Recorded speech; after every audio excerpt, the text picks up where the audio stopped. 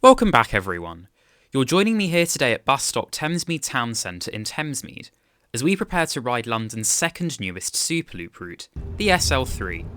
The SL3 makes a 14-mile voyage from Thamesmead to Bromley North, trundling through Abbeywood, Bexley Heath, Sidcup, Chiselhurst and Bexley, and taking approximately an hour to travel between the destinations. The service operates with new route masters that have been branded with the new SL3 livery, and contain USB ports if someone were to need to charge their phone. Whilst the first day could have been slightly better, mostly due to things outside of Stagecoach London's control, it seemed as though there was much enthusiasm for the service both among enthusiasts and the public. In this video, I will be discussing the history of the SL3, the areas that the SL3 passes through, and how I think the SL3 will impact existing bus routes and the way in which journeys are made across South East London. So if you like this video, make sure to like, subscribe and share this video, as it massively helps me out when you do. And now, join me as we ride London's newest bus route.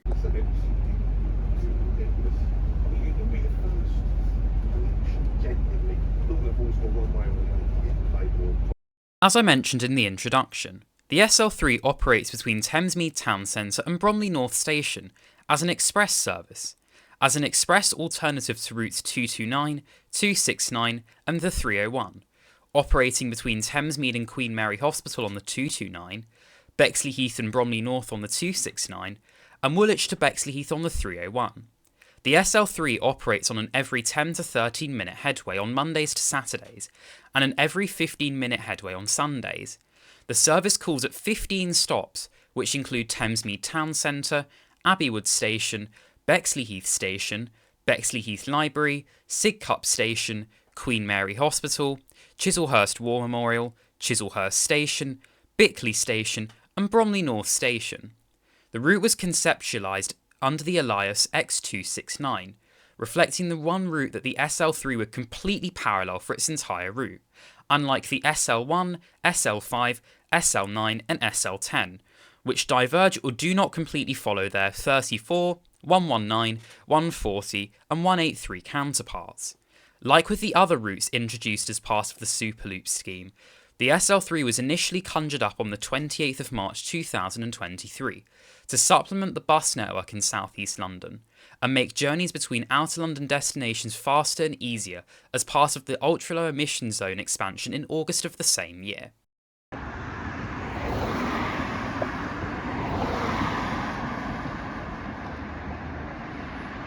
The SL3 starts in Thamesmead, an area situated between the London Borough of Greenwich and the London Borough of Bexley, which consists of mostly social housing constructed in the 1960s. The housing estate was constructed atop marshland which was located next to the south bank of the River Thames, which passes the area.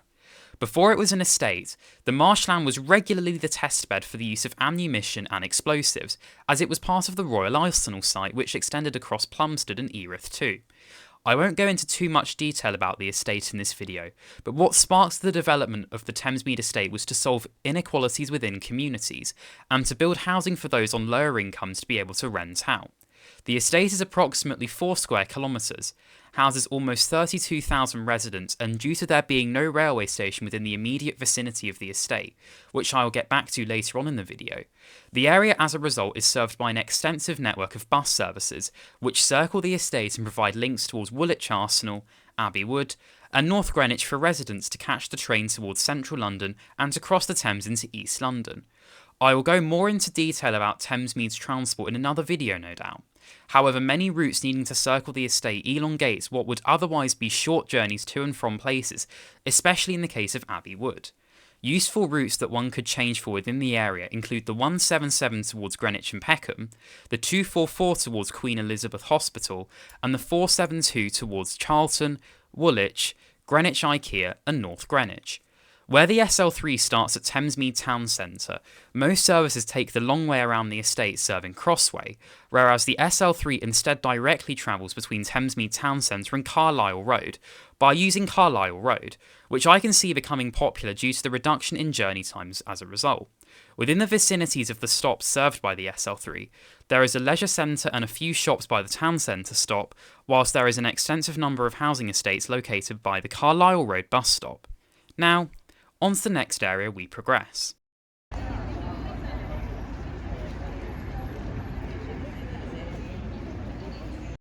Abbeywood is an area situated between the London Borough of Greenwich and the London Borough of Bexley, and it's safe to say the area has seen a revival in recent years due to the Elizabeth line introduction in May of 2022. The area's roots stem back to 1178, when the nearby Lesness Abbey was founded, with hopes to create a community within the area. However, due to the area's extensive marshland requiring lots of effort to drain and the costly maintenance of nearby river embankments, the area never developed into a community, and was closed by Cardinal Wolsey in the early 16th century as part of the dissolution of the monasteries. There was a suggestion by Edwin Chadwick for every burial ground in London, including Kensal Green Cemetery in northwest London, to close, and that the relatively empty Abbeywood would become the home of all burials in East London. And despite being financially unviable, the project was actually approved in 1850, but was quickly shut down in the 2 years following. The station at Abbeywood opened around a similar time, opening in 1849 under the South Eastern Railway.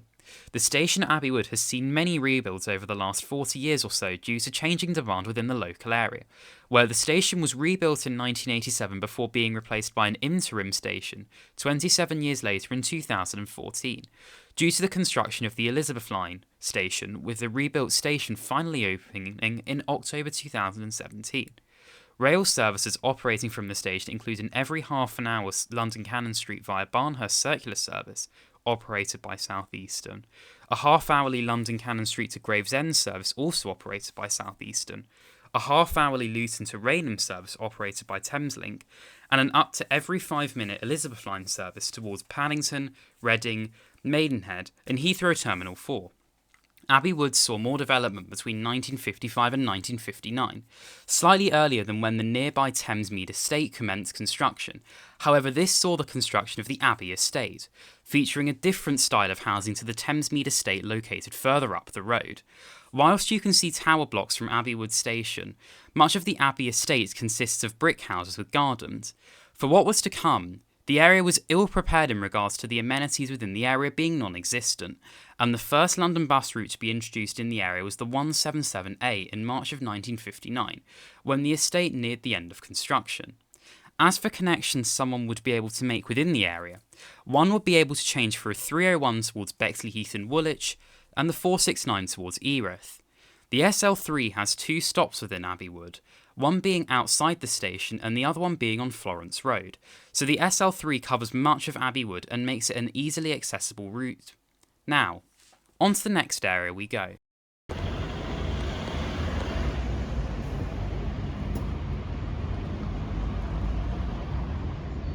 Bexley Heath is a town in southeast London in the London Borough of Bexley. One of the 35 major centres identified in the London Plan, the area is home to a bustling town centre that has a large catchment area extending into Kent and an extensive selection of bus services. The area has Bexley Heath station located slightly to the north of the town centre, which the SL3 stops at, which has frequent train services towards London Cannon Street, London Victoria via Peckham Rye, Woolwich, Greenwich and Dartford. For much of Bexley Heath's history, the area was heathland, although the Romans had built Watling Street through the area, a road paved by the Romans and established as one of the main roads during both the classical and late antiquity, as well as during the Middle Ages. The clock tower located slap bang in the middle of the shopping area was built in 1912 to commemorate King George V's coronation. The shopping area also features the Broadway Centre, built in the mid-1980s and opened by Prince Philip. The shopping centre contains 59 different stores ranging from clothing stores to coffee venues, and restaurants to well-renowned retailers. The town centre sees a large amount of footfall, so I imagine the SL3 will only contribute to this as people will now have a faster option to reach the town centre from Thamesmead, Abbeywood, Sigcup, Chiselhurst and Bromley. There's also extensive parking within Bexley Heath town centre, with just shy of 1,000 spots, so hopefully the SL3 will go some way to reducing the number of people driving into the town centre for shopping and leisure purposes. Within Bexley Heath town centre, there are a large number of bus services you can interchange for, which include the 89 towards Lewisham and Slade Green, the 96 towards Woolwich and Bluewater, and the 132 towards Eltham and North Greenwich. I think this is where I'll have to mention one of the negatives of the SL3 though, where the route doesn't actually serve the clock tower where interchange would be preferable, and instead stops at Bexley Heath Library tucked away at the southern end of the town centre, which fewer routes serve. For other routes you have to traverse across the town centre, and so I feel perhaps rerouting the SL3 at some point to serve the clock tower stop as some sort of common stop for punters would be ideal to help increase patronage on the route going forward.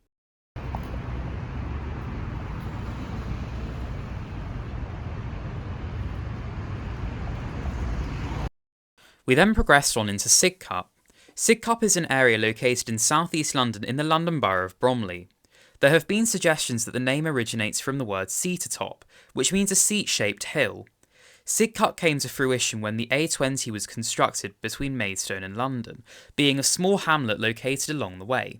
The area started to blossom in the 20th century, and in 1965 became part of Greater London, having previously been situated in Kent. Its origins are certainly derived from affluence, as many grand properties used to be situated in the area, including Frognall House, which has now been converted into a nursing home, and Lamorby House, which is now part of Roose Bruford College.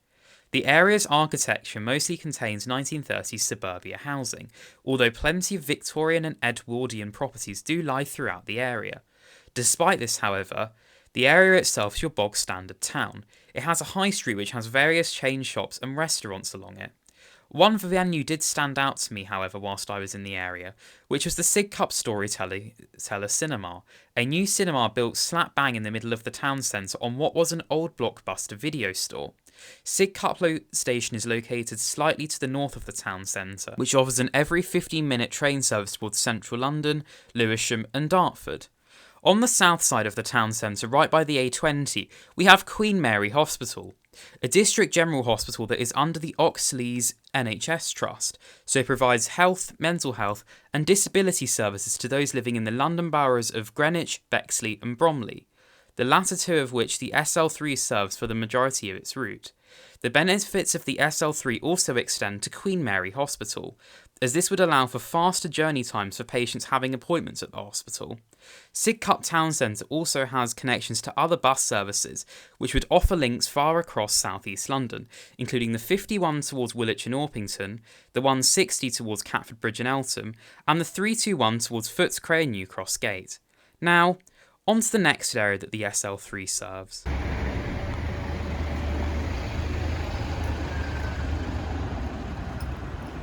We then arrived at Chiselhurst. Chiselhurst, I must say, is one of the prettiest areas I think I've been to in London. The entire area just had a wonderful feel to it, and it definitely felt very village-like, despite not being too far from the populous Bexley Heath and Bromley. Chiselhurst's name originates from the Anglo-Saxon era, where the names sizzle meaning gravel and hurst meaning wood and hill were mashed together to form the name Chiselhurst. I believe the area's village-like feel can be attributed to the conservation efforts that were undertaken from the end of the 19th century to the middle of the 20th century to prevent any development sprawling up in certain parts of the area. In fact, an entire 596 hectares of land within Chiselhurst have been protected from development occurring on them since 1971. There were also efforts in 1888 to prevent any development taking place on Chiselhurst Common, which at the time was a popular bank holiday and weekend destination for those living nearby. And these decisions have clearly had a positive long-term impact, as there is something just so endearing about visiting the area.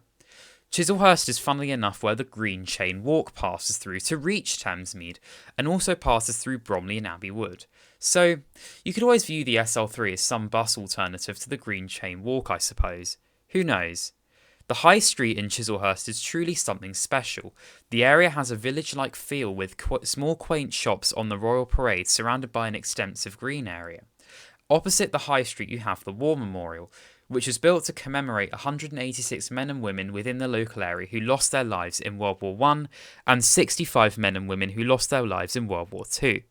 The current St Nicholas Church, located to the west of the High Street, was built in the 15th century and is a Grade II listed church. It was enlarged in the 19th century, likely due to growing demand within an expanding population within Chiselhurst.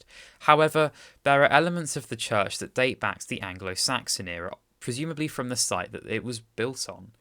As you progress further out of Chiselhurst, you head towards the station, which has a frequent southeastern service towards central London, Lewisham, Hither Green and Orpington. Along this stretch of the route there used to be a water tower which would have prohibited the use of double-deckers, so I guess it's a good thing that that's now gone. As for connections one could make within Chiselhurst, one could change for the 161 offering links towards North Greenwich and Eltham. Now, on to Bexley.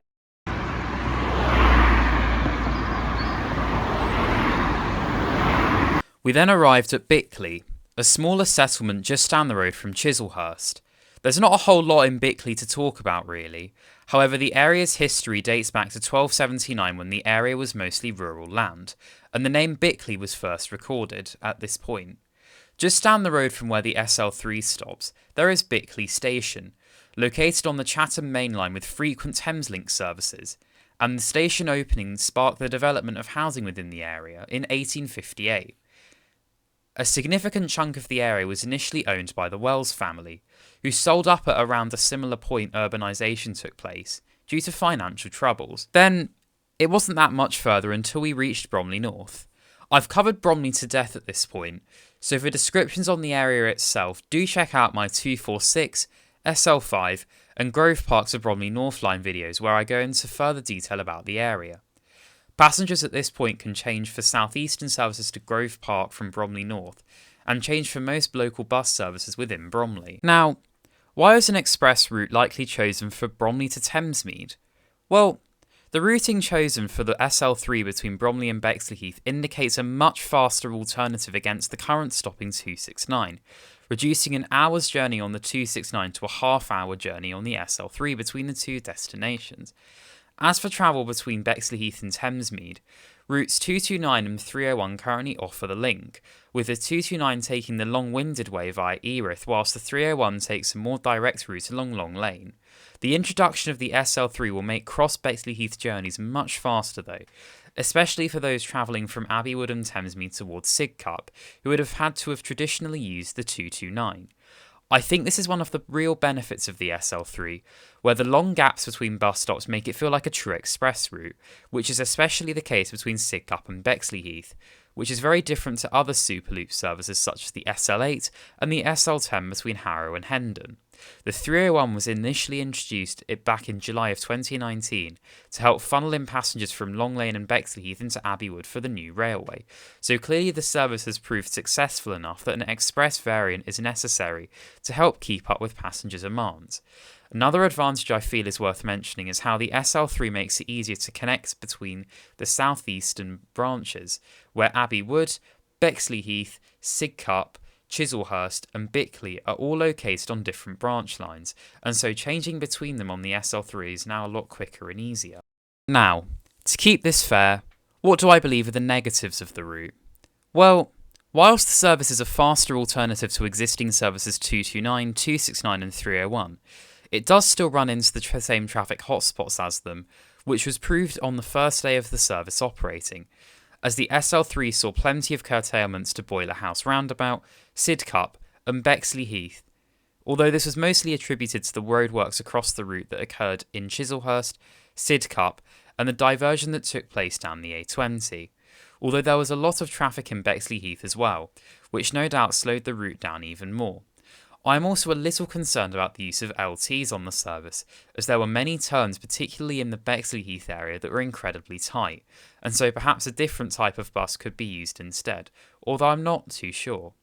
For me, there was also one section of the route that could have been rerouted, and that was instead of using New Road, could a Knee Hill rerouting be looked at with the stop at Florence Road removed? Pre-July 2019, New Road only had the B11 using it. However, since the 301's introduction and the 469's rerouting as part of the Elizabeth line changes in May 2022, as well as the SL3 now existing, on what is quite a narrow road, I think there could be problems arising with 4 bus routes passing one another, and so providing double-deckers are suitable along Knee Hill, which they might not be judging by the trees, maybe a reroute could be looked at, as it would speed up the journey time. I do also have some concerns regarding the popularity of the SL3, in that it could kill demand on the 229, 269 and 301, that might justify a frequency cut on at least one of those services. but then that would mean passengers boarding at non-Superloop stops would have a less frequent bus service, so that would obviously be a negative. So, how would I amend the service if I were in TfL's planning department? Well, this is extremely fantasy. However, at present you have the SL2 which operates from Walthamstow to North Woolwich, which has now completed the loop. So why not try and make use of the North Woolwich terminus on the SL2 a little more, and perhaps have the SL3 terminate at Woolwich, with the ferry connecting between the two Superloop routes. This idea is completely wild, but I think it's really cool and would be great to see. You would run into the issue though where you would likely have to reroute the SL3 away from Thamesmead town centre itself due to how long the route would become, and instead route it directly towards Woolwich along the 301 route. And I'm not sure, given there is now the Lizzie line, if TfL would want more routes between Woolwich and Abbeywood. Although they did extend the 472 to Abbeywood in preparations for the line's opening, although that was obviously to connect Abbeywood to Thamesmead, so who knows. I don't think it will happen though. Anyway, thank you so much for watching this video. The SL3 overall was an excellent service to use and is probably my favourite Superloop service that was introduced as part of the scheme. For those of you wondering, the SL2 video will be coming soon, so I hope you're looking forward to that. And once the SL2 is covered, it is likely I will at some point review the existing routes, i.e. the SL6 to SL9, so I hope you're also looking forward to that as well. Anyway, that's it from me folks. If you like this video, make sure to like, subscribe and share this video, as it massively helps me out when you do. And if you were there on the first day or you have any improvements that you would like to make to this service, do leave them in the comments below, as I love reading and responding to them. Anyway, see you in the next video. I'm trying to be nitpicky.